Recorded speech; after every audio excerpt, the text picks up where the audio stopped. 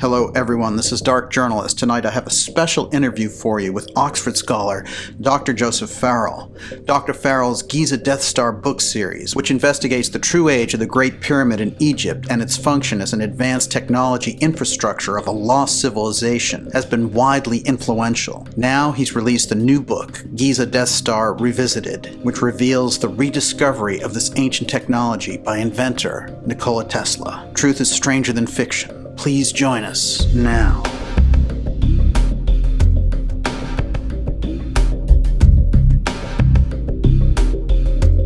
Joseph, it's great to have you back. I'm going to start off with Robert F. Kennedy Jr.'s announcement for president this week. I was there, and it was definitely electric. I wish every success to Mr. Kennedy, because somebody needs to come in and restore some sanity to that party. Yes. And move it back to the center. It's if they don't, the backlash against it, and I'm as afraid of that as I am of them getting into permanent power. Yes.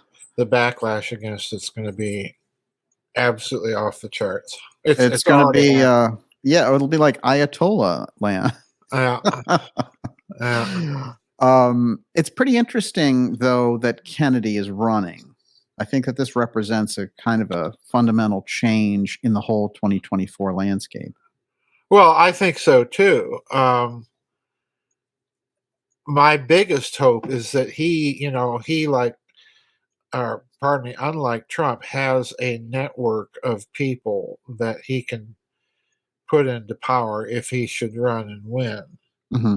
Because that's the other thing that needs to be cleaned out, is that whole uniparty in the swamp. Schumer, McConnell, Pelosi, the whole festering mess, and the permanent bureaucracy needs to go. Yes. That's where most of this is coming from, is that bureaucracy, and it needs to go. Yeah. But anyway. Fascinating. You mentioned Trump there, and of course, Trump this week did something kind of interesting. He went on Tucker Carlson in the middle of this interview talking about Ukraine and all the, DA Bragg and all this nonsense of them dragging him in and indicting him for this Stormy Daniels case. He starts talking about Uncle John, and he muses out loud that Uncle John used to tell me so many things. And he starts talking about how he was the longest tenured professor at MIT. And then he said, he described the power to me. Do you understand the power? Just really. Mm-hmm. And Tucker Carlson's sort of sitting there with his mouth open. Mm-hmm. And, but Trump is doing something there, bringing it. He wasn't asked about Uncle John at all. Mm-hmm. And with the, Trump Tesla connection, as we know, Uncle John having access to Nikola Tesla's papers. Mm-hmm. What do you make of a comment like that in his first kind of national broadcast of the year? Frankly, I think he's listening to you. Yeah. I really do. Yeah. And I think he's thinking that, okay, it's other people out there already know about this stuff, although it's going to be a small but very select circle of people. Mm-hmm. I think the way Trump thinks, or from what I gather, the way he thinks, if he somehow, or if somebody in his entourage showed him some of those shows that you've done about his uncle,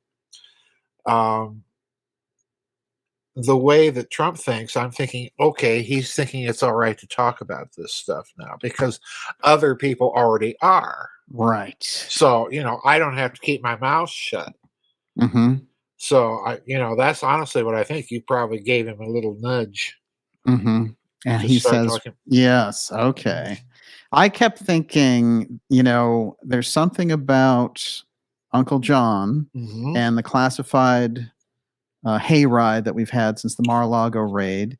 Mm-hmm. And if he is listening, and if he knows that this is out there and it's circulating, then he can, in a wide open way, turn around and say to these people that are hounding him, look. Yeah. Yeah. Yeah, I think all of that's a part of it. Mhm. I don't doubt for a moment that he monitors what's said about his family, or has his family monitoring what's said about his family very Mhm. carefully. So I don't have any doubt that part of this is coming from the raid, from the pressure on the classified document story. And again, why does this kid in Boston get hammered for classified documents leak when we have, the Trump situation, and then we have Joe Biden with his own classified document problem? I mean, this Exactly.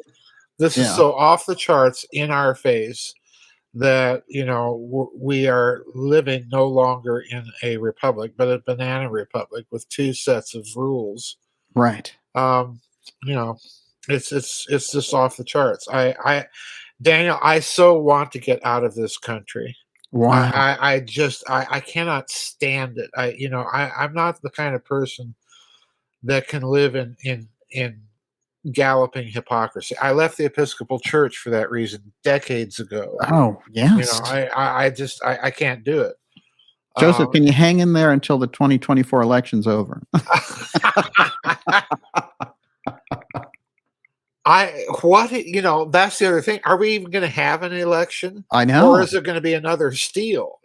Yeah. And will somebody out there?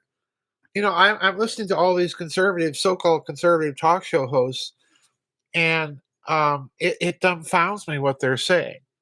Yeah. We get Sean Vanity.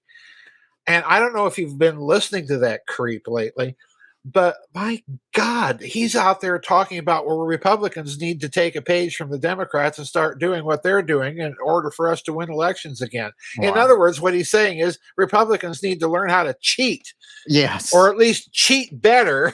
Right. Yeah. You know?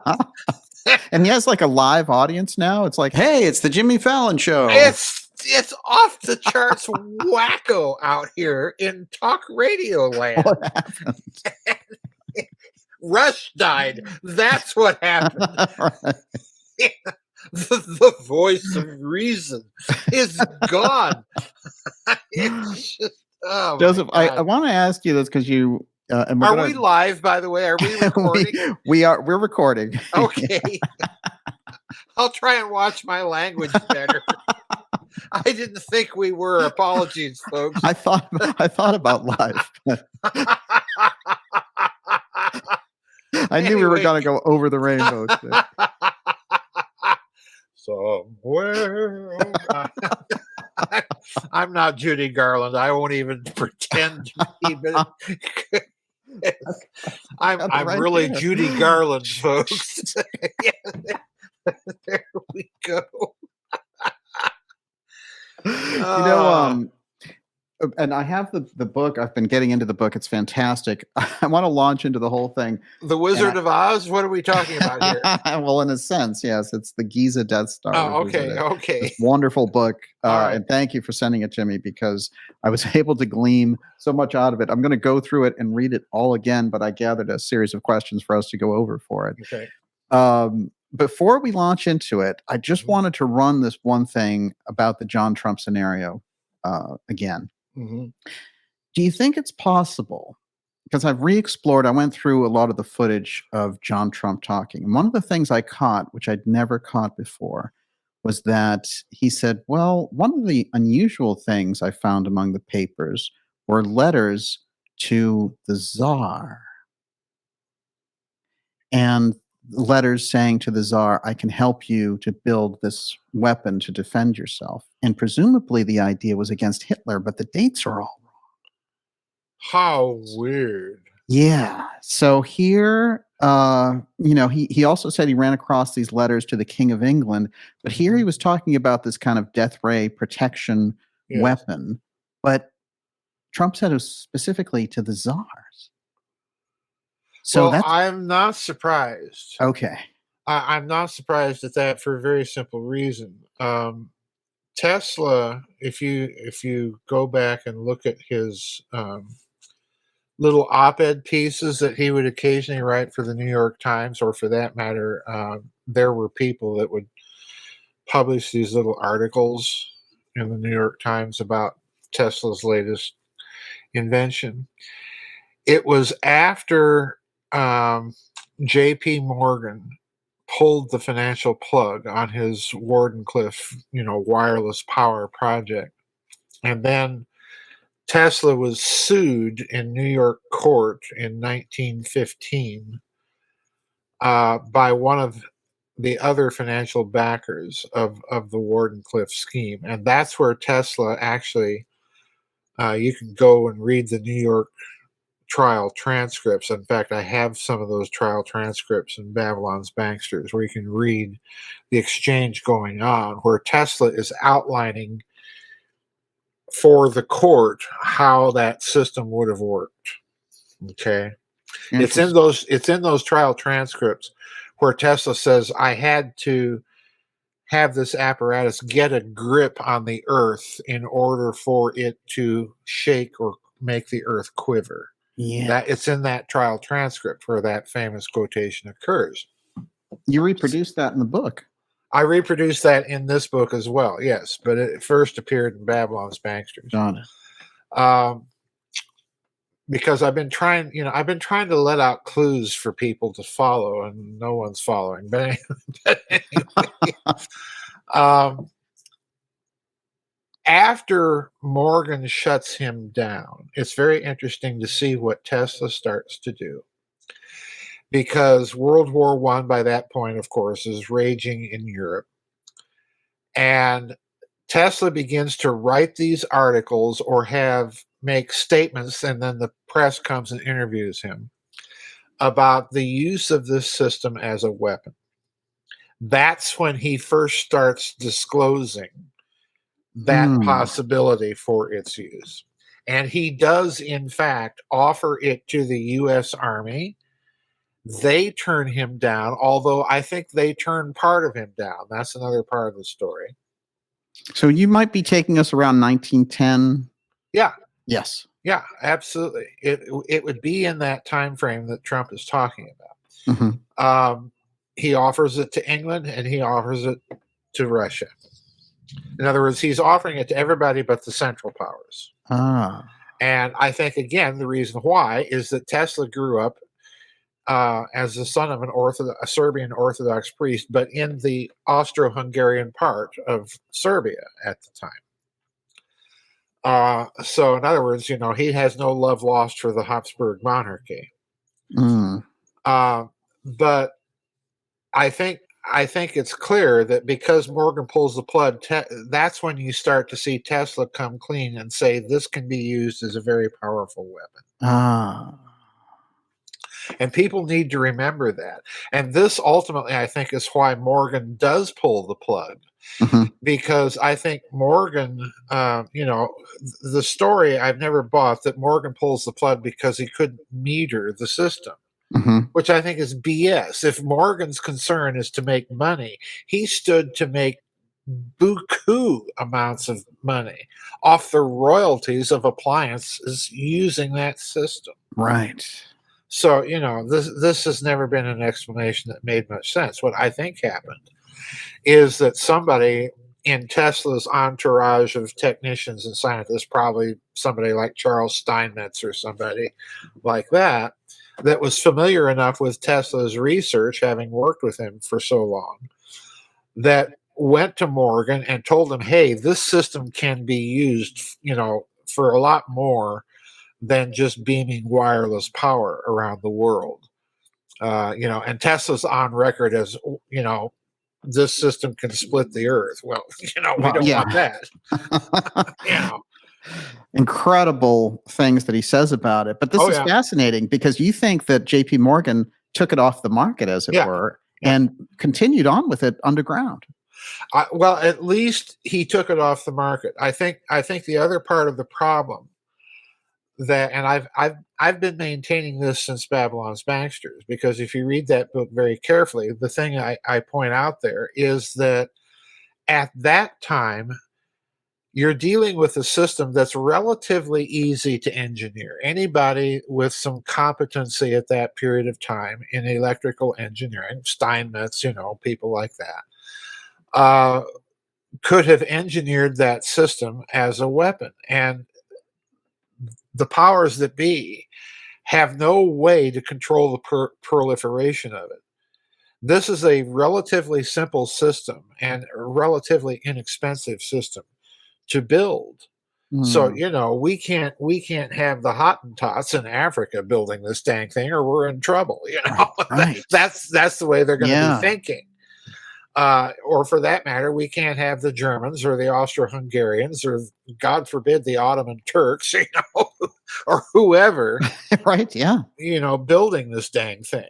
So Morgan, the other part of this that's very interesting, at least to me, is that the late Lieutenant Colonel Tom Bearden always maintained in his published writings that the Lorentz transformations, which are a set of equations that the Dutch physicist Henrik Lorentz devised, were the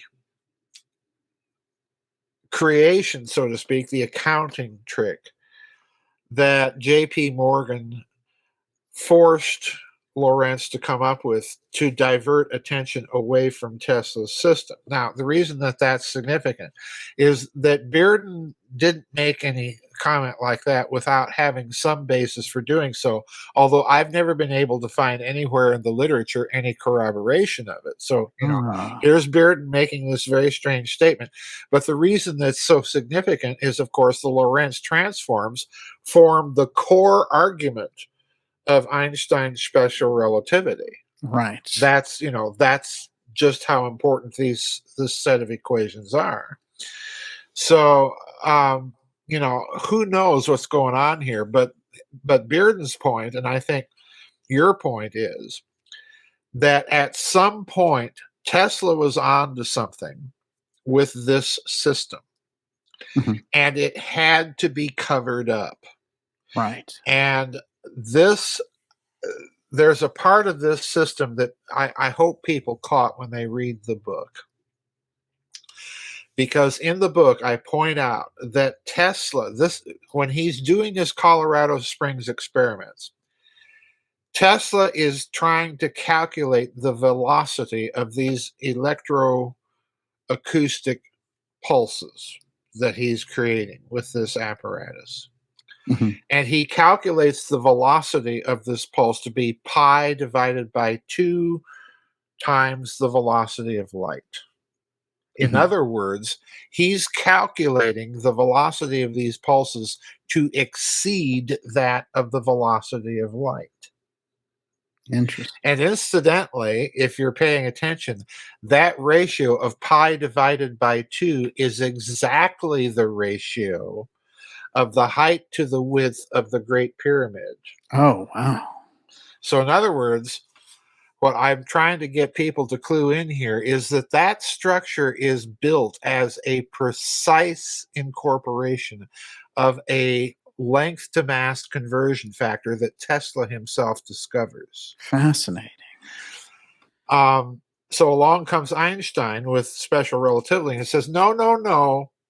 Velocity of light is the upper speed limit of, we can't go faster than that, folks.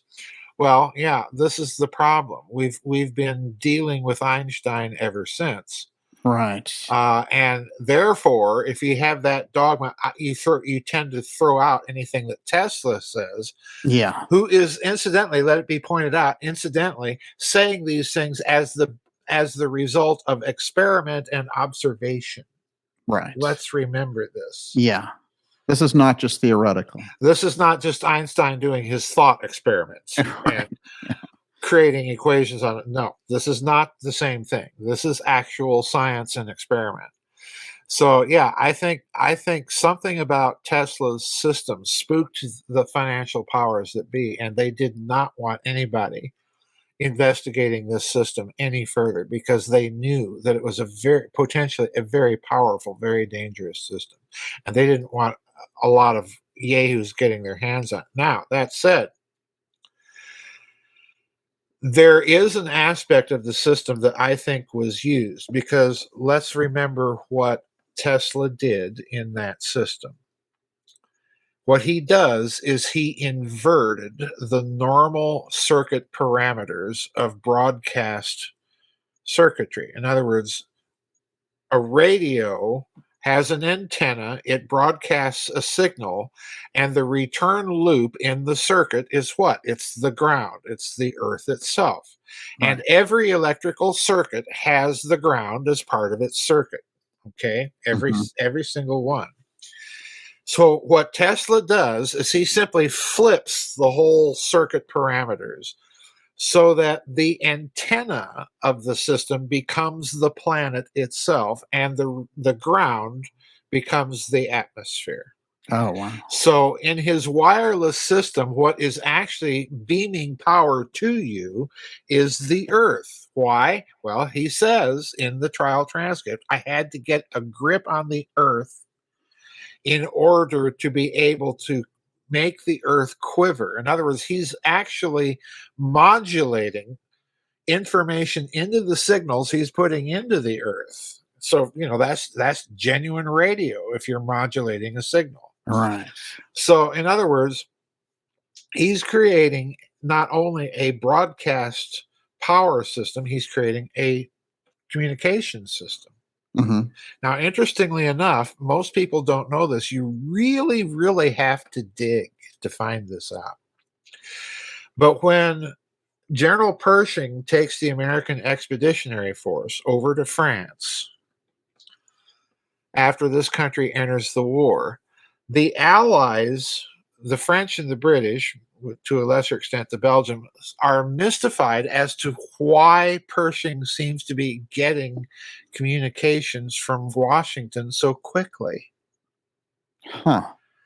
And the reason is we put into play a very low frequency Earth broadcast system before World War One. So, in other words, we were using essentially a part of Tesla's concepts in that war to communicate directly from Washington to Europe Ah, without the use of transatlantic cables, without the use of okay. telegraphy that the Wow. British could sneak in and listen in on. No, no, no. They were using a Tesla system. And Interesting. most people don't realize that. Now, folks, it's very common now with Mhm. nuclear submarines and so on to use this type of system to, Right. to communicate with them. Uh, but that's the proof of the pudding that the system works. All that Tesla was wanting to do was scale up the broadcast power Mm. tremendously. Because remember, the other thing about this system, Daniel, is if you have a sphere, imagine you've got a hollow sphere for a moment, and you wrap the sphere, a Helmholtz resonator, okay? And you wrap that sphere, and it produces a tone.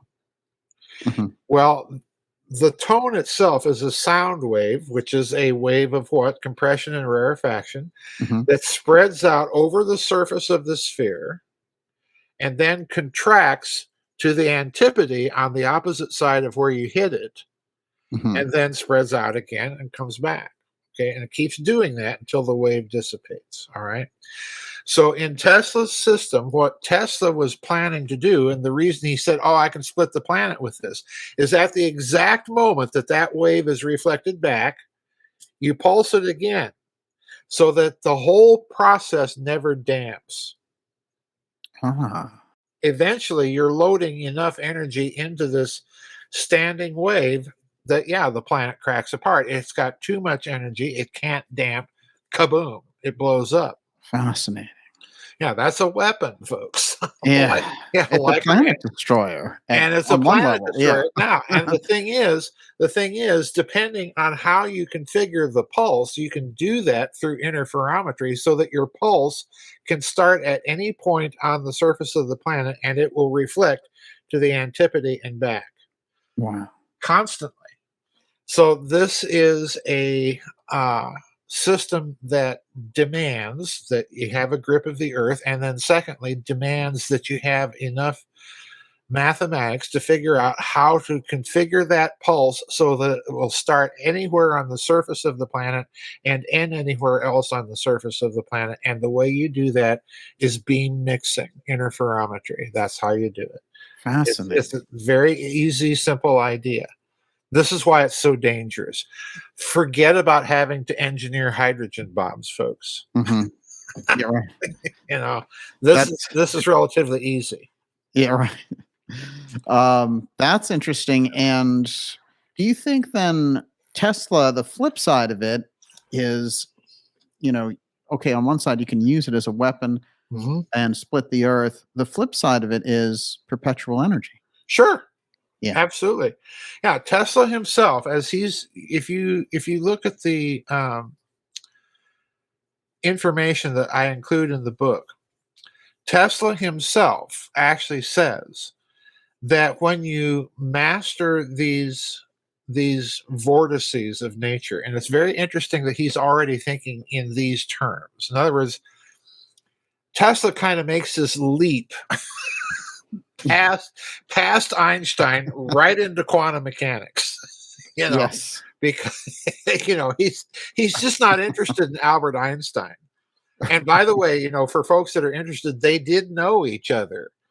And Okay. Tesla Yeah. had little use for Einstein's mathematics. Yeah.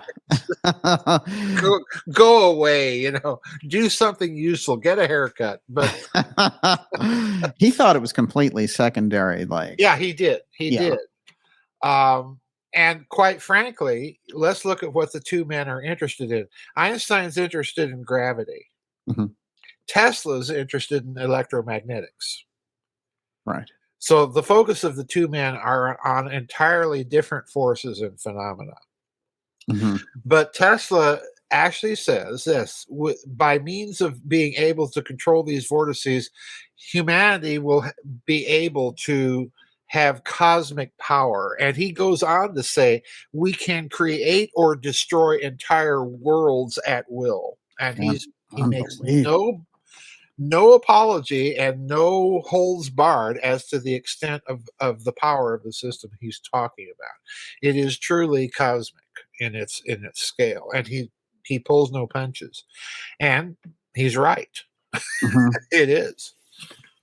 Wow, this is incredible. When you think about that piece with Trump, John Trump reading Hmm. in these papers that Hmm. Tesla had written, not to the modern World War II people about Hmm. fighting against Hitler, but that he was saying, "I can help you develop this kind of death ray defense against Hmm. these people." But John Trump says it's to the czars that he's saying it. What do you make of that now with the timeline that you're talking about? This all adds up. I'm not surprised that he would also make it to the czars. Hmm. Um, Tesla's background is Orthodox. His father was a priest. And at that time, people have to remember that even for someone like Tesla, who's, an avowed agnostic, that cultural attraction and pull cannot be denied. And Russia, particularly during the Tsarist period prior to World War One, and you see this happening again today. Russia assumed the role as the protector, the great power protector of Orthodox Christianity in Europe and the Middle East. That was the entire reason that Russia was Oh. backing Serbia. It was the entire reason that in the late 19th century, Russia actually marched right to the gates of Constantinople Mhm. before the rest of Europe said, "Oh no, no, no! We can't let you in there and have that." Which is what the Russians really wanted in that war. The Treaty of San Sebastian prevented them from getting it, 1888 or 9, somewhere around there. And it was Bismarck that brokered that. But again, you've got to understand Russia is acting in its role as the protector of those civilizations. And Tesla coming out of that kind of milieu with his own father being a clergyman is, the czars are a natural place that you'd want to take and offer an invention like that. Oh, yeah. They've got the money to do it, and Mhm. they've certainly got the scientific infrastructure and the scientists to do it as well. So yeah, that doesn't surprise me. Wow. Incredible. And it's interesting too, because in the middle of all this time period, you have the Tunguska. Yep. incident, and this is either a gigantic meteorite, Yep. or it's the explosion of a weapon, or it's an alien invasion. What Yeah. on earth? When you think about Russia in relation to this Tesla thing about the weapon, is that a hint or a clue that they were using this or trying it out? Well, there are a lot of people, Daniel, that think that Tesla's system had something to do with Tunguska. Wow. Um, I'm not entirely convinced, but I'm also willing to consider it because of all the explanations of Tunguska out there, no one has come up with one that is plausible. Right. We even have people out there maintaining that it was uh, an antimatter matter reaction that caused that massive explosion. Hmm. Um, we have the nuclear people, we have the meteorite people, but each one of these things has some problem with it. Hmm. I'm not aware that anybody has found enough radioactivity at that Ah. site to explain it in Yeah. terms that would involve nuclear reactions. Well, okay, if it's not nuclear, then what kind of reaction was it? Hmm. An electroacoustic reaction could do the same thing if it were powerful enough. Oh, interesting. The problem is that the most eyewitness reports have this thing as an airburst rather than as something that happened on the ground. Hmm. You can configure Tesla's system to get an airburst, certainly, but it would be more difficult. But again, the my point here is nobody has come up with an explanation for Tunguska. I'm not willing to discount Tesla um, providing a little demonstration to the very people he wants to give the system to, Hmm. and doing so in the middle of nowhere, where it's not likely that anybody is going to be hurt from the demonstration.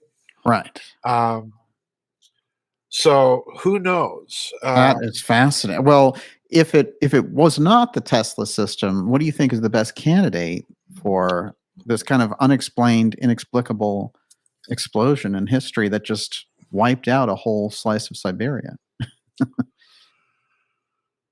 Um, oh boy. Oh, I want to say so many things here.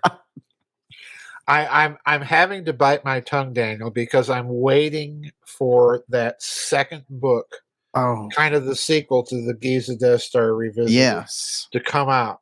Because once it does, and once people really grab onto what is being said there, I think it will clear up a lot of stuff. Ah, But without having to get into that, all I'll say is I think that the other possible alternative that could explain something like that would be a small matter antimatter reaction where a containment suddenly broke down ah, and kablooey. Um, that kind of reaction would get you the kind of damage you see there. It would explain why there's not much residual radioactivity in that region, and so on and so forth. Because remember, a matter antimatter reaction is a total annihilation reaction. yeah. I mean, that's what it is. So you get lots of energy out of it, but radioactivity and all of this other stuff, not so much like an fission or fusion reaction. So I'm thinking that's probably the best other explanation. Um, Fascinating. Wow. why the two might be related, people are just going to have to wait. Uh, it Yeah. it might have been a demonstration from other things. Interesting. Okay, so obviously in traditional science, any technical ability to do that is decades out from. No, I don't think so. I think actually, what we may be seeing is aspects of science that became known and started to be experimented with in the very first days of electricity. In other words, Michael Faraday, Ben Franklin, all these Oh, people yeah. that are doing experiments with electricity. I think by the time of the Manhattan Project, you have people asking questions that are getting dangerously close. One of them being David Bohm. Oh, right. Uh, David Bohm is a very important figure because he was honest enough to say what was on everybody else's mind. We'll just leave it at that. But yeah, I think by the time of the Manhattan Project, you've got a bunch of scientists that realize, oh, we are just skimming the surface. Wow. Incredible. I will give a hint to Oh, you. yeah. Bohm is the physicist, as you know, the famous quantum physicist that was involved in plasma research. Oh. And I've mentioned this in my books before. I have mentioned him again. Mhm. I give out these little clues and people don't pay attention. We've um, seen that a few times. yes. I did the Cosmic War, which Right. allowed me to go as close as I dared at the time. And what did I do in the Cosmic War? I talked about plasma cosmology. Throw out the Big Bang, folks. Oh, yeah. Oh, yeah. Why? What did Bohm say? What did he do? Well, Bohm noticed that plasmas behave very peculiarly. Mhm. When he attempted for the Manhattan Project to insert electrical probes into a plasma to determine what was going on, what happened? The plasma built an electromagnetic sheath around the probe. Oh. Bohm's response was, oh my God, it's acting like it's alive. Oh, wow. Why? Because the plasma responded exactly as your body or my body does to the introduction of a virus or a germ or a pathogen. It walls it off and creates a Mm. membrane around it so that it does not enter or affect your body. That's exactly what plasmas do. Fascinating. And here's the bad news. He wasn't the only one noticing weird things happening in plasmas that resemble life. Now, I want you to stop and let that soak in. Hmm.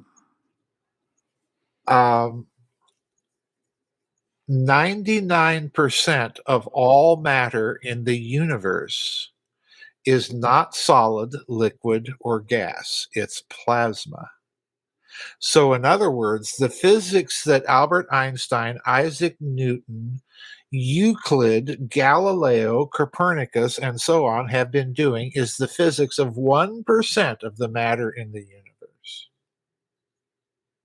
The Hmm. other 99% is a very, very different matter, and I'm deliberately punning on all the possible meanings of that word.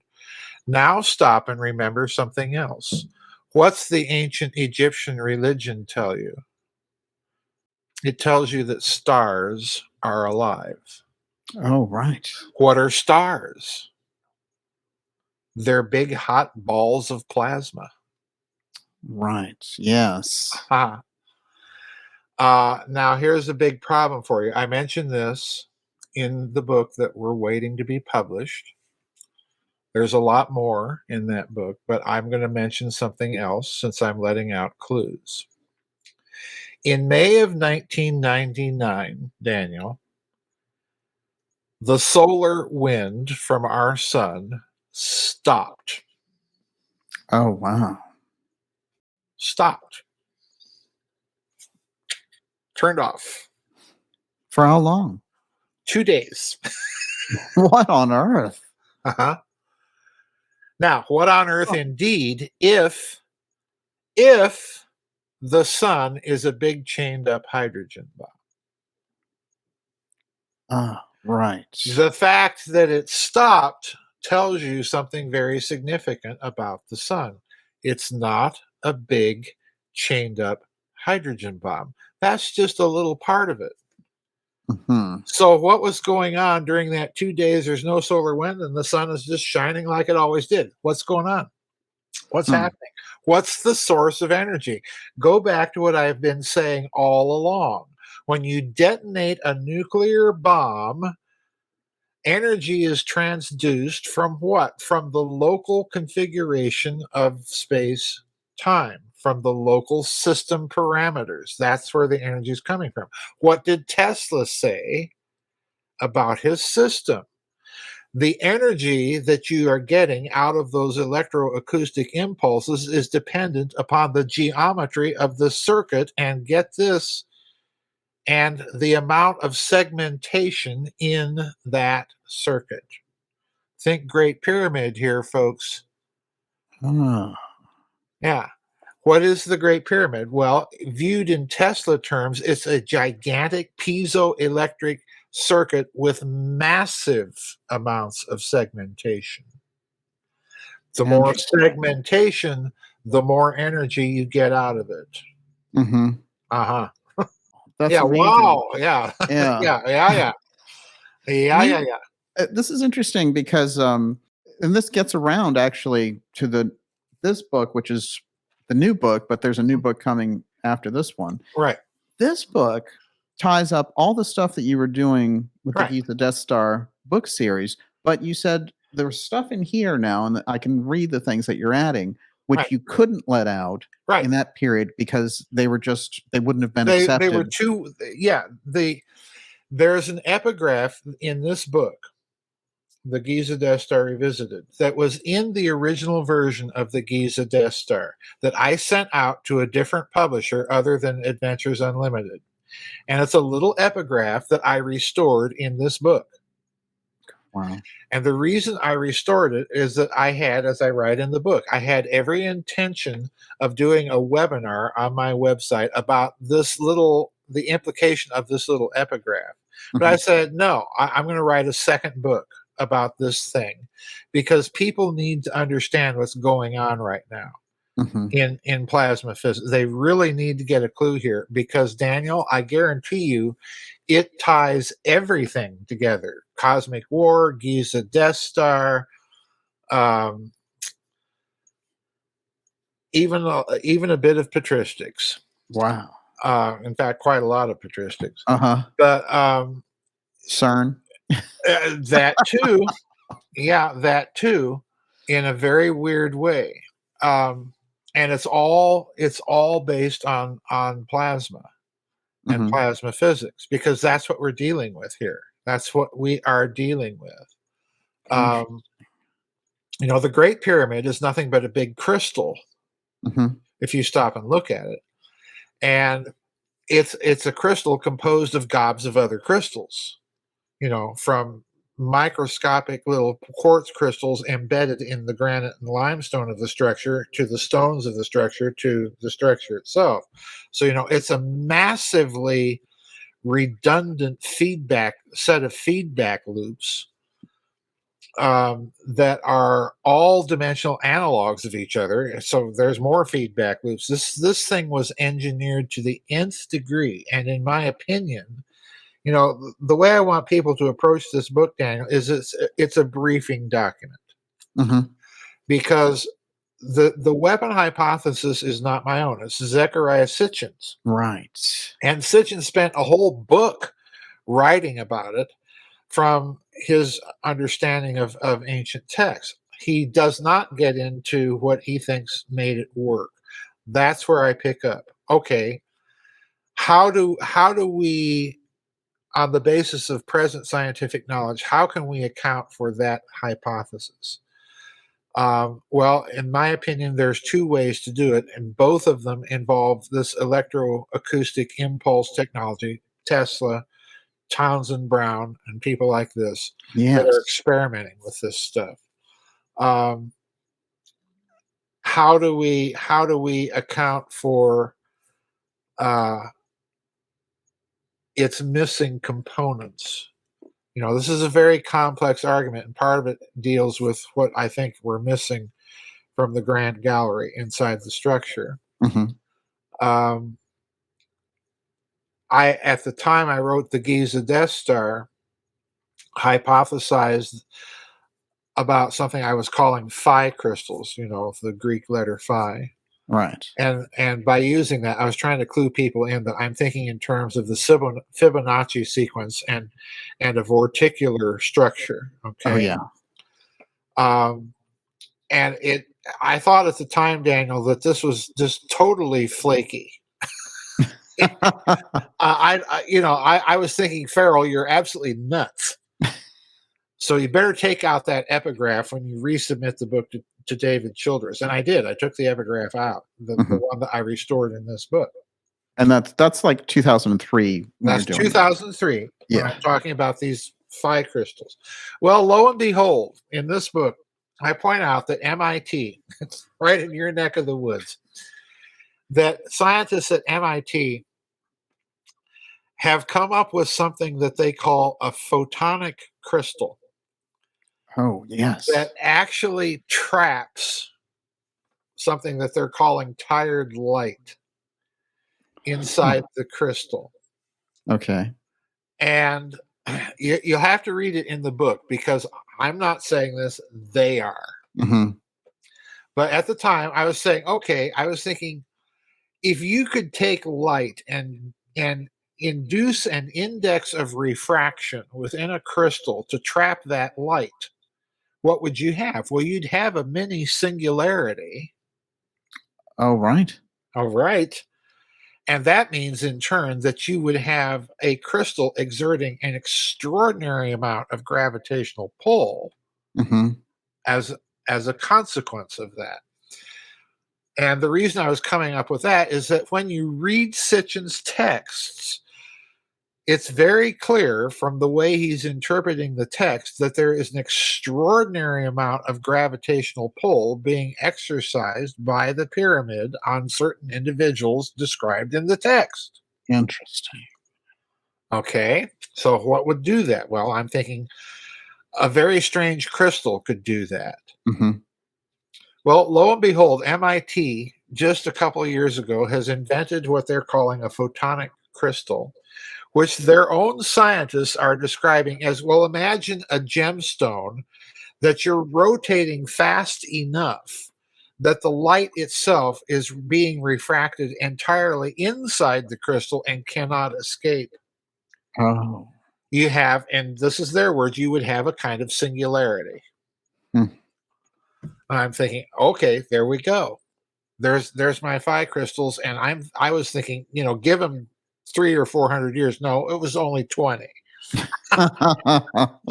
Wow. Yeah, wow. So So this is a rediscovery of that ancient technology, in in fact. my opinion, yes. In Yeah. my opinion, I think the metamaterials research now is making possible things that were I regarded at the time as being the most speculative and outlandish part of the hypothesis. Mhm.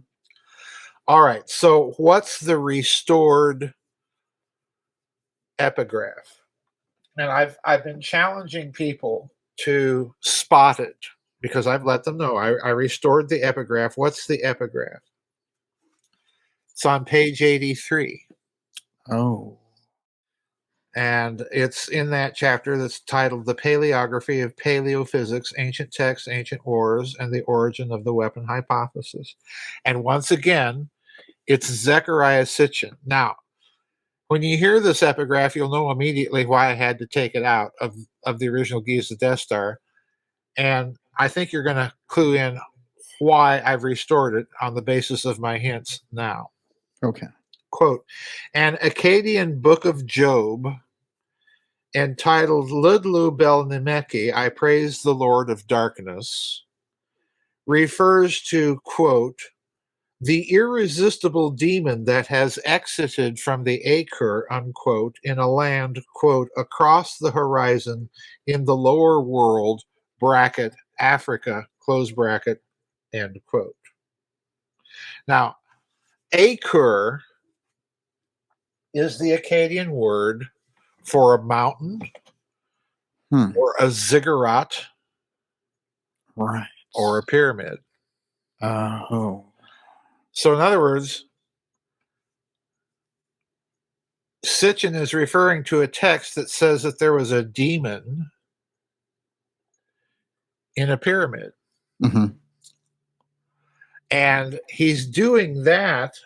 That quotation appears in his book, The Wars of Gods and Men, in the context of a war fought for possession of the pyramid. Right. Right. Now, throwing a demon into the mix complicates things. Yeah, big time. Yeah. This is a little different. That's that. Yeah. That. So that's the reason I okay. Enough is enough. I'm speculating wildly. We're just Here gonna. you are. You're dealing with all these technical Yes, aspects. and You're now dealing we with the throw a ancient demon stories. in. Toil, toil, and bubble around the cauldron. We're going to be like the witches at Macbeth, trying to figure out what the hell is going on here. Emphasis on hell here. But But you make an excellent point, which is a lot of the things that come down as sort of magical rites and spells right. seems like almost degraded versions of keeping the technology aspect alive. Well, now, again, I restore some of that stuff in this second book.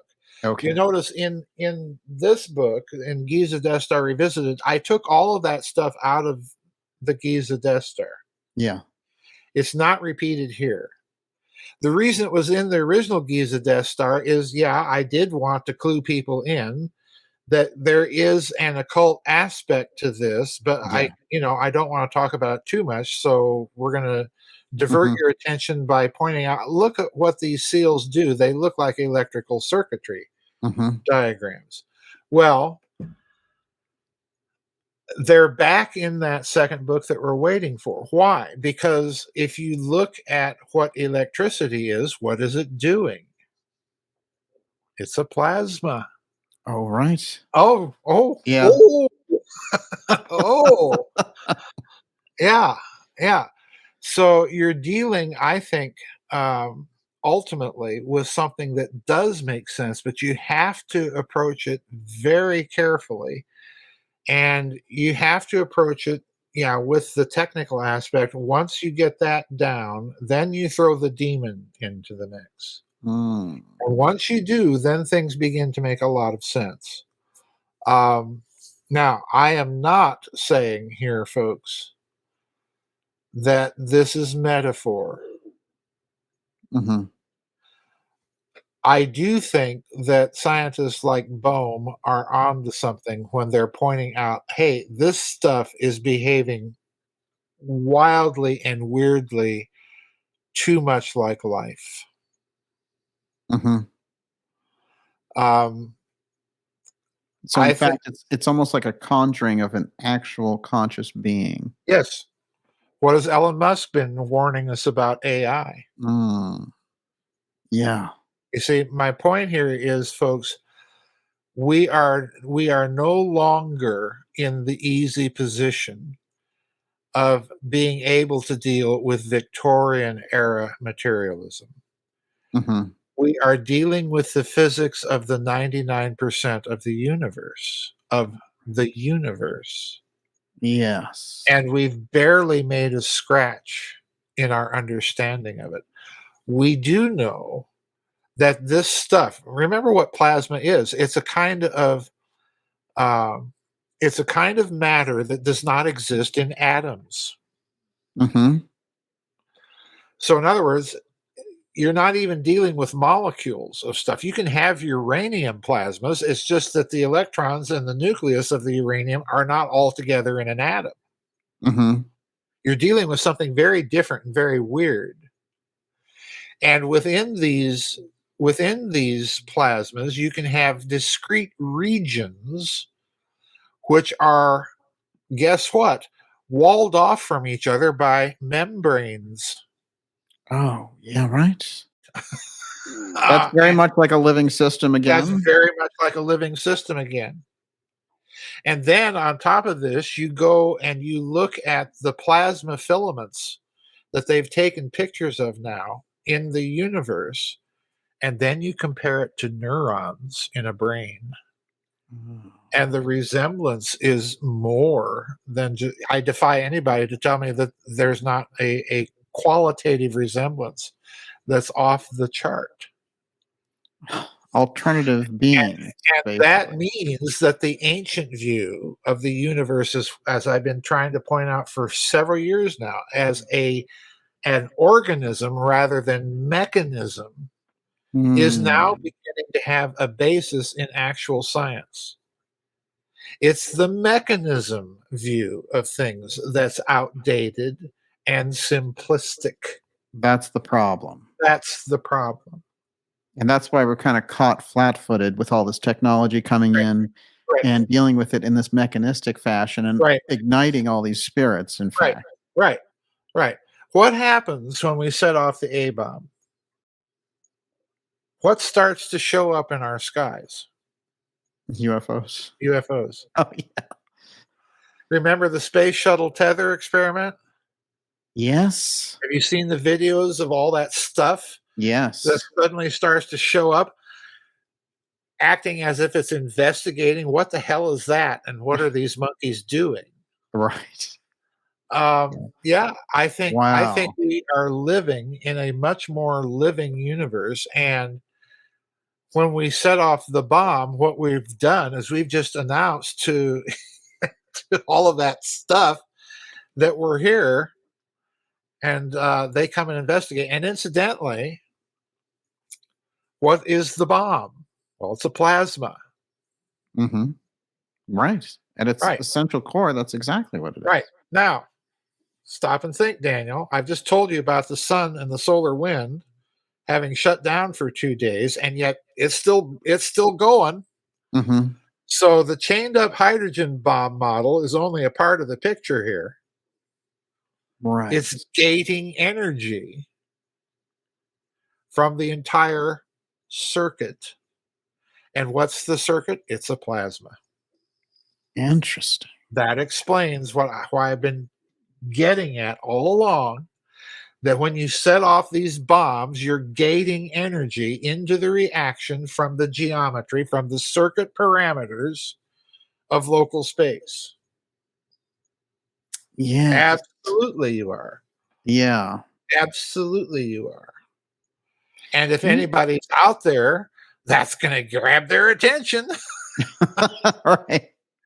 Well, this is so interesting because, there's a guy in the '50s there, Wilhelm Reich. Ding, ding, ding. Okay. He gets absolutely obsessed with the idea that, UFOs are plasma and that they Yeah, are hiding out inside clouds. yeah. Well, Yeah. what's a thunderstorm cloud? It's a plasma. Okay, yes. Absolutely, right. Yeah. What's lightning? It's a plasma. Yes. And for that matter, let's just cut to the chase here. Why is that stuff called plasma to begin with? Well, it's because an American Nobel laureate chemist by the name of Irving Langmuir looked at the stuff and said, "Oh, well, this resembles life, so let's call it a plasma." Right. Interesting. Yeah, Okay. very All interesting. right. Yeah. You exist, I exist, every living creature exists inside of a bioplasma cloud that's actually outside of our bodies and that is unique to us. Mhm. The COVID give each other 6 feet. Well, that's what they're talking about, Right. you know. Um, so I'm thinking that yeah, we've had physicists, Tesla, Townsend Brown, that have been playing with this electrical acoustic shockwave technology for a very, very long time.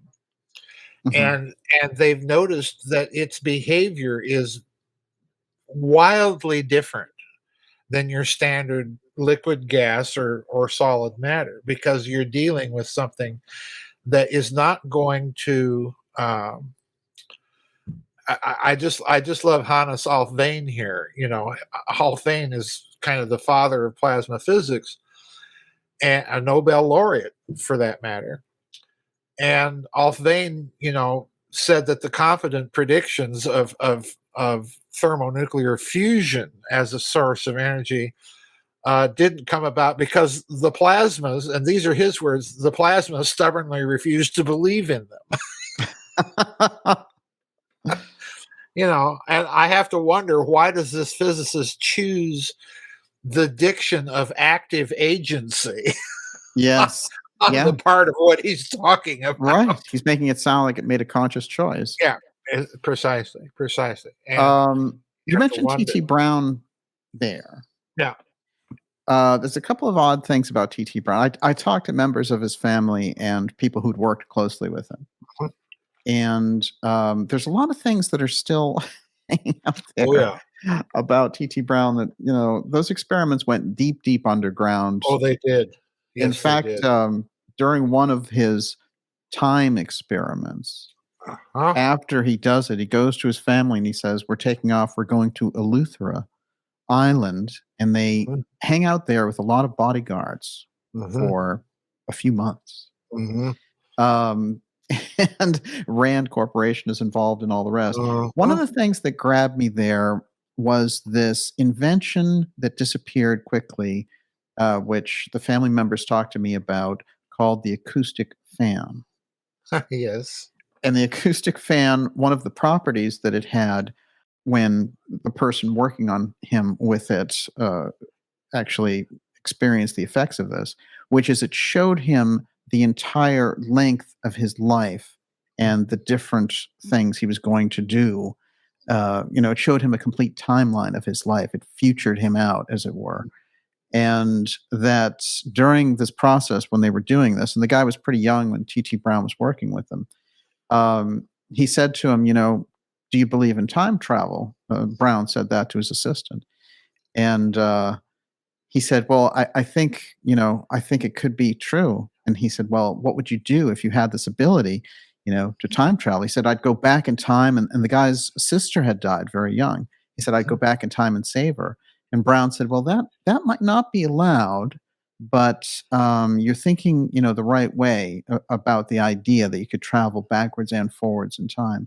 What do you think in relation to this and the things that you're talking about with Brown? How far did he get, and is that why his work was driven so far underground? Well, I spent an equal amount of time in this book going into Brown's work as I do with Tesla. Yes. Um, for the reason that Brown himself is also working with other aspects of these electroacoustic or electrogravitic, as he would have called it, impulses. Mhm. And he's discovering the same things as Tesla. He's discovering that the circuit parameters, the dielectric constant, the inductance, the resistance, all this stuff. He's discovering that the circuit parameters are what are crucial to making the system work. That's number one. So for someone working with those concepts, it's natural that Brown is going to think, okay, there's a time connection here. Mhm. And let's shift this into the pyramid context once again. There's a whole branch of research on the Great Pyramid that I call pyramid as prophecy. Mhm. These people that view the structure as a kind of biblical dispensationalist evangelical Christian prophecy in stone. Now, that sounds like a wacky idea, and indeed it is. Mhm.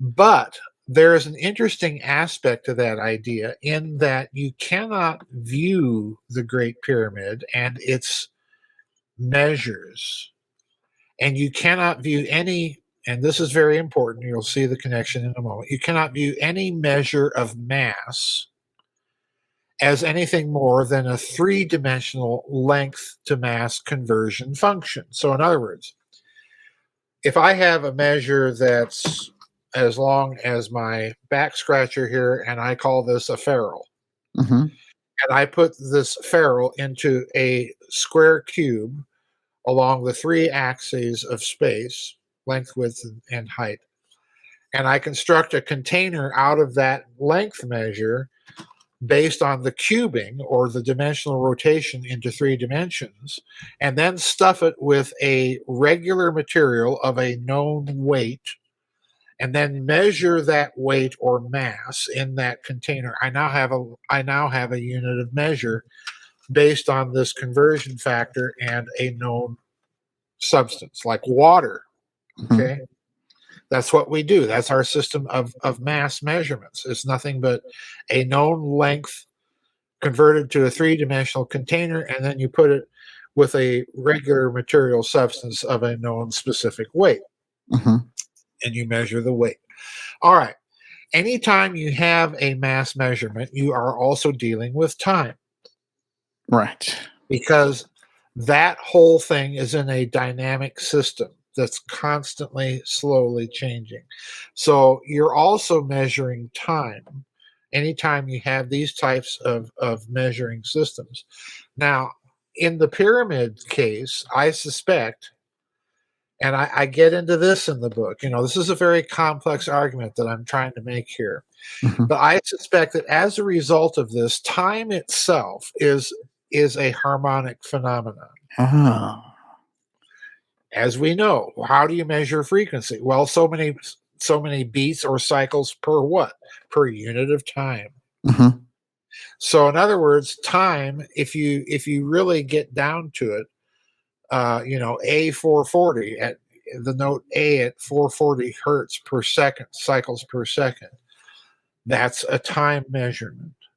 Mm-hmm. And it's also a measure of a particular harmonic. So you cannot have, here's my point, you cannot have a building like the Great Pyramid, which has so many, almost an infinite number of redundant multiples that are all harmonics of each other. In other words, multiples of 2 or divisors of 2, Mm-hmm. multiples of 3 or divisors of 3, and so on. I'm a pipe organist. I recognize these numbers because they're on my stop jams on any pipe organ I play. Yeah. So, okay, well, that's harmonics. Mm-hmm. Okay, so if you're dealing with a structure, Daniel, that's nothing but nested harmonics, what are you dealing with? You're dealing with a structure that is quintessentially, at its root and core, all about time. Mm. Once you've said that, and then once you get across the idea that this structure may have been able to produce an effect at a distance simply through tuning it to that target. That target can be anything in local space or time. Ah. In other words, it can have a retrocausative effect.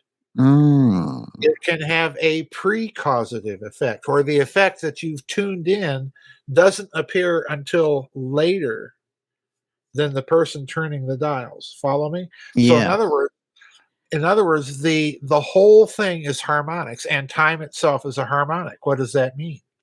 It means that when Townsend Brown is asking his friend, "Do you believe in time travel?" and his friend says, "Well, yeah, and I'm going to go back and fix my sister," and then Brown gives him a caution Mm-hmm. that may not be possible.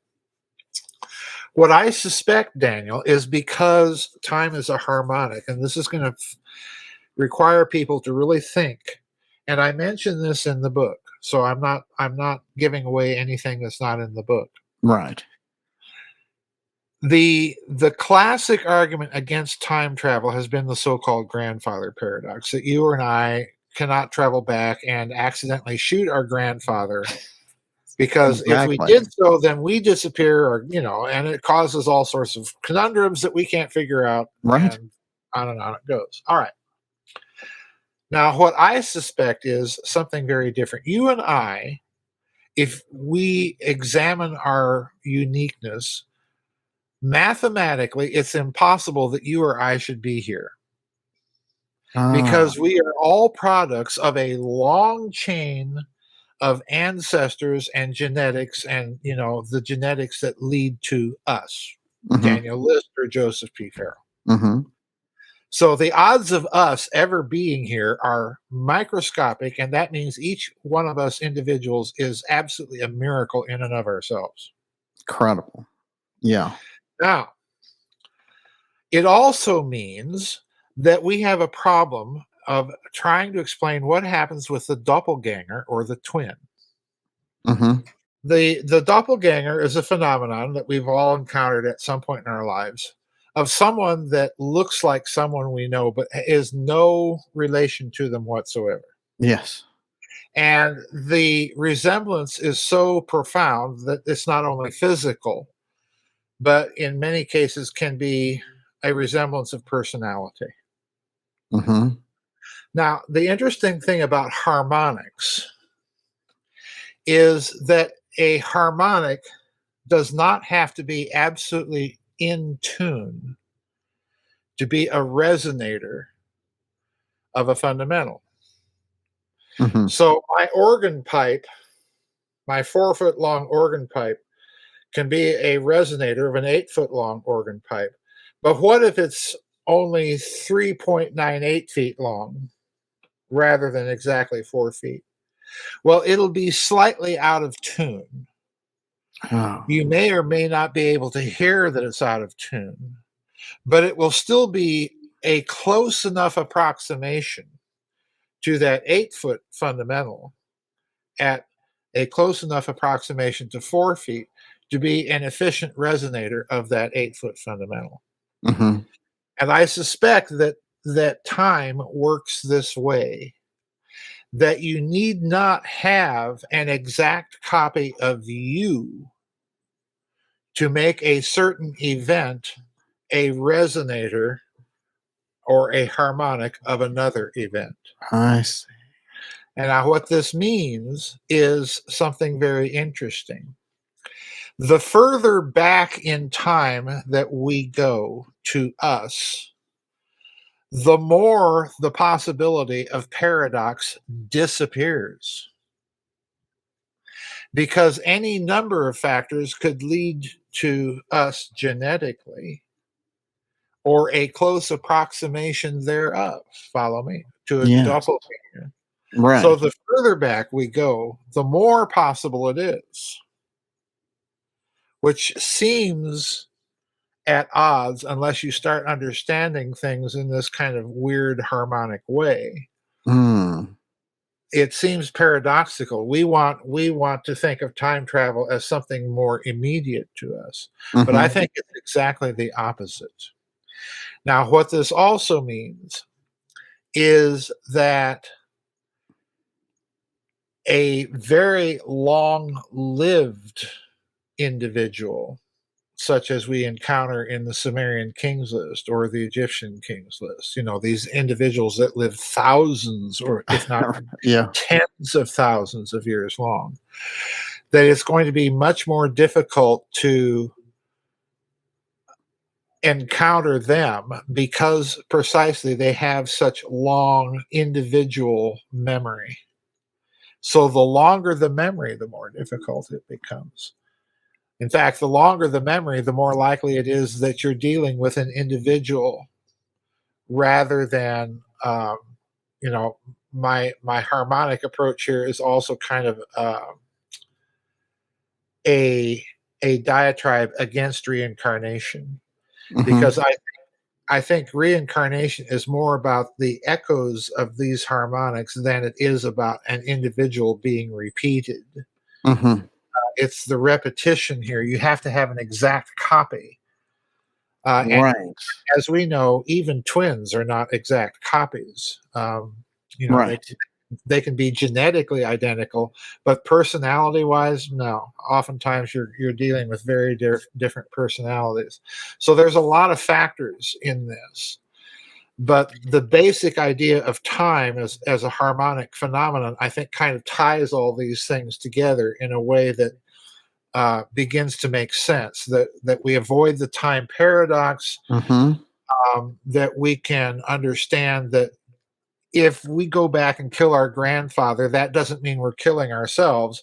It may mean that the person that is us turns out to be slightly different in some weird Mm-hmm. way. Mm-hmm. On it goes. It's But so unusual. It is. It's fascinating when you get on that level of consideration. It brings me into the Casey readings, and oh yeah, when big you time. were when you're dealing with the crystal part in this book, things really start to like. I feel the whole explosion of the Atlantean story right underneath, about to burst through Yeah, the entire thing. yeah, Um, in his version of Atlantis, you have the two eye stone crystal, which they call the terrible crystal. And yeah. you have a very interesting quote in the book with Ezekiel calling Oh this yeah, terrible crystal on top of this ship that he's seeing. yeah. And the interesting thing in Ezekiel is that the crystals described there, and I think in Ezekiel you're actually giving kind of a little biblical reference to that part of esoteric Jewish tradition Hmm. that has always said that space is a crystal. Most people don't know that, but that's actually Wow. part Yes. of Jewish Right. occult thinking. Fascinating. Yeah. So you're getting a little glimpse of it in Ezekiel.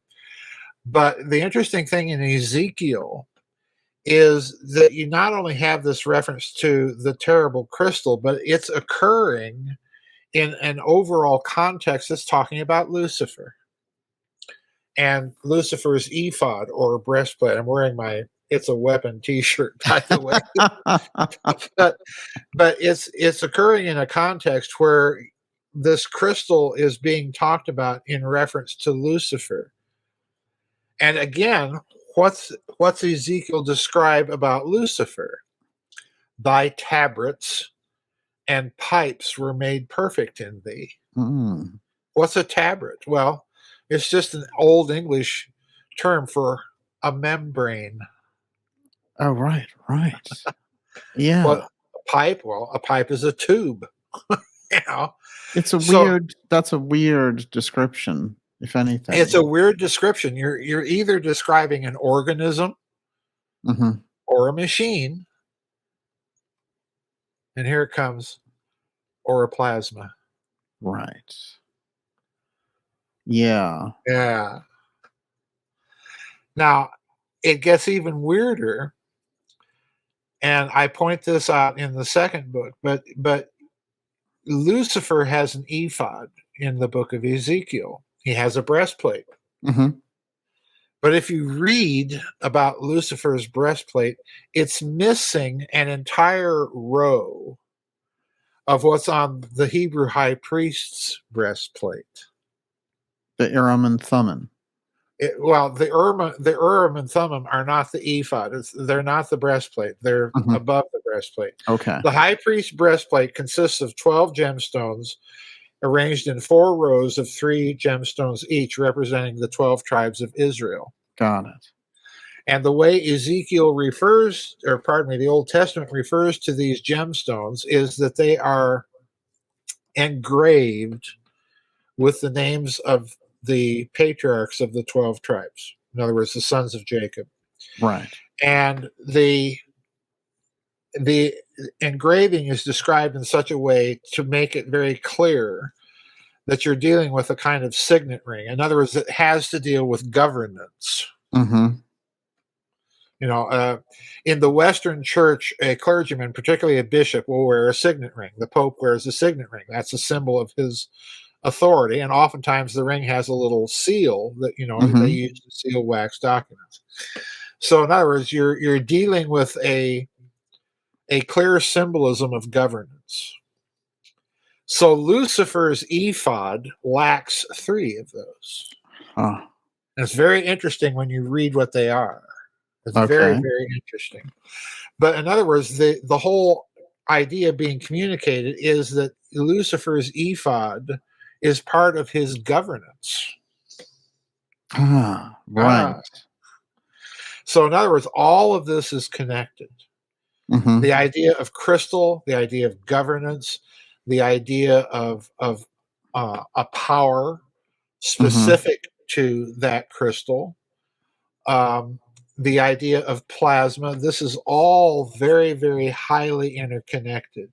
And with Casey, getting back to your point here, with Casey, I think you're dealing with somebody who's kind of a proto remote viewer. Mhm. Because if you look at the way his readings are structured, he's being given a specific question, like a remote Yes. viewer is given a specific question or a specific coordinate, and then he simply looks at it and describes what he's seeing. So, in other words, Yes. I think you're dealing with Casey with kind of a prototypical remote viewer Mhm. who's following all the protocols, even though he doesn't know that he is. And Right. he's giving these descriptions on what he's seeing. Fascinating. Absolutely. And I That's think, the correlation. yeah, Yeah. that's the correlation. And I think he's some of his descriptions, you can kind of tell he's grasping for the words, Mhm. but that means some of the descriptions may or may not be quite accurate, but they're here's the word again, they're close harmonics of it. Mhm. In other words, I think he's seeing something very genuine when he's talking about these Atlantean crystals, because they are there in almost all the world's lore about ancient civilizations. The Right. Vedas are full of references to crystals. Yeah. Uh, you know, the the Old Testament, Jewish lore, all of this stuff is talking. Where's this coming from, and why Mhm. is it there? I suspect that if my speculation about the pyramid is true, and that it had these metacrystals inside the structure, here's another thing for you. A crystal is grown and grows as a response to the local space-time gravitic conditions in which they grow. Mhm. Okay? This is why crystals grown in the zero gravity of space have fewer defects than crystals grown on Earth. Interesting. What this implies is that under certain conditions, if you had an adequate enough science of the lattice structure of crystals and their defects, you could read those defects and interpret the conditions in which that crystal was grown. In other words, the crystal is almost a biography of the Oh, geometry of the spatial conditions and I temporal see. conditions. And that means something very interesting. That means that the older the crystal is, the more what? Memory it has. Interesting. And the Right. closer it is to those original conditions of the cosmos. And Ah. this is why, again, all of those esoteric traditions stress the foundation stone of the world, Mhm. the Kaaba in Islam, the sapphire of Solomon, and so on and so forth. All Yeah. of these things are suggesting that they knew that there were certain crystals that would be kind of memories of the Mhm. history of creation, or a lot of it, and that they're Mhm. very, very old. Remember those crystals in the cosmic war in the Epic of Ninurta that cannot be destroyed Right. and they're hidden away? Well, one reason I think that they are incapable of being destroyed and hidden away is that they're extremely old, and Hmm. they're a record of those primordial conditions, and therefore, being lower order derivatives, they're much more powerful in their effect. We're back to time harmonics again. Interesting. Yeah, this is all interrelated, folks, and wildly speculative. I Oh, want yeah, to well, emphasize that. what's fascinating about it, though, the crystal part, it seems to me, like you're saying, the core of so many of these systems go back to the crystal. Mhm, Um, the Casey piece, to kind of wind this around, mhm. because I see a lot of correlations with what he says Oh, yeah. with what you're saying about the Giza Death Star. Here's the interesting part. He talks about, of course, we know the traditional dating of the pyramids, 2500 BC, and you show in the book that basically, the dating around that is made up, Oh, yeah. and Absolutely. the British have a heavy hand Oh, in that. yes. Yeah. You think? The pyramid, here's the problem, and Herodotus, God bless him, is is right in the thick of it, and you just know he was writing this down with a grin on his face, Mhm. because Herodotus tells you that, um, they spent an enormous amount of money on radishes, onion, and garlic to feed all the people that built this thing, and you just know he was laughing. But anyway, he also says that they built the stones, put the casing stones on the pyramid from the top down. Wow. Oh, wow. But I think what he's getting at there, and what um, what others have noticed, they have radiocarbon dated the mortar. There's a very, very thin layer of mortar between the stones of the Great Pyramid. Yes. It's almost paper thin. It's a ridiculously thin little layer. Um, but they've carbon dated the mortar from the top and the bottom of the pyramid. And the problem is that the mortar at the top by carbon dating is older than the mortar at the bottom. Oh, So yeah, top down. Um, yeah. Fascinating. well, it Yeah. it's explainable if there's a radioactive source inside the pyramid, because all those internal chambers of the Great Pyramid are much closer to the bottom of the pyramid than to the top. So any radiation affecting the mortar at the bottom is going to be more affected than the mortar at the top, and therefore carbon dating it is going to give you a skewed reading to begin with. Um, and Yes. add to that the fact that the stones being quarried, and this was Herodotus's point, the stones being quarried, if they're going to be quarried from the same place, the stones at the top, as you're building this structure up, the stones at the top are going to come from a deeper layer of the quarry and then hence be geologically older than you know, the stones Fascinating. at the bottom. So yeah, That's so interesting. yeah, it is interesting. But yeah, the structure makes no sense from the Egyptological point of view, because even the carbon dating, the youngest that they can get it to is about 500 years before dynastic Egypt. Mhm. So, folks, this means that half a millennium before Khufu is even a glint in dynastic Egypt's eye, someone built that dang thing, Yeah. and it wasn't anything to do with dynastic Egypt. Yes. Absolutely not. Absolutely not. No.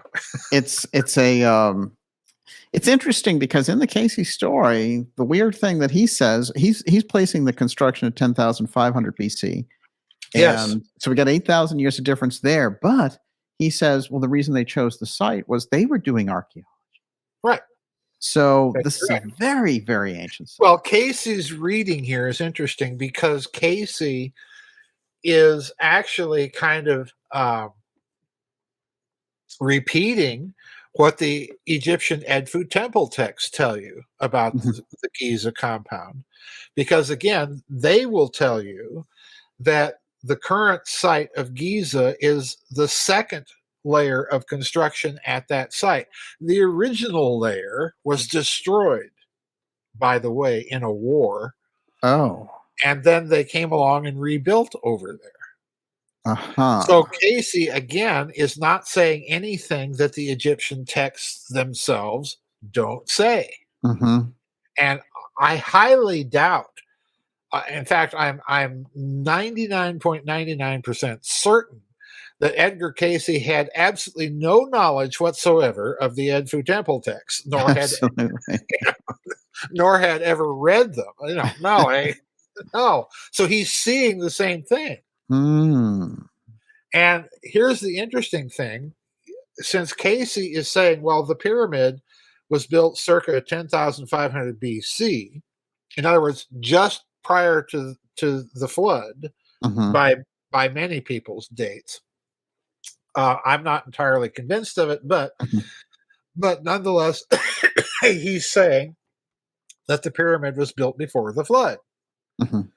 Well, in this revision of the pyramid book, one of the epigraphs that I put into it was precisely the epigraph of the Arab tradition, referring to the Persians, who had a tradition that you could see the flood line on the pyramids, the two big pyramids of Egypt, about halfway up the structure. Interesting. So, in other words, there is a tradition from that part of the world that those structures are older than the flood. Incredible. Now, if they're older than the flood, folks, Egyptians didn't build them. These are not the product of dynastic Egypt. Um, and that's actually my position. Joseph, just unbelievable information and insight. Stay right there, and we'll record part 2 for darkjournalist.com subscribers and go deep on the Casey Two-Eye Stone research, Hermes, and the Tesla-Osiris connection to all this. The new book, Giza Death Star Revisited, is available at gizadeathstar.com, and it's a full update of the original, as Joseph said, with a new added chapter that the world may finally be ready for. Now join us tomorrow night for a special X-Series presentation 2024 preview right here at 8 p.m. See you soon.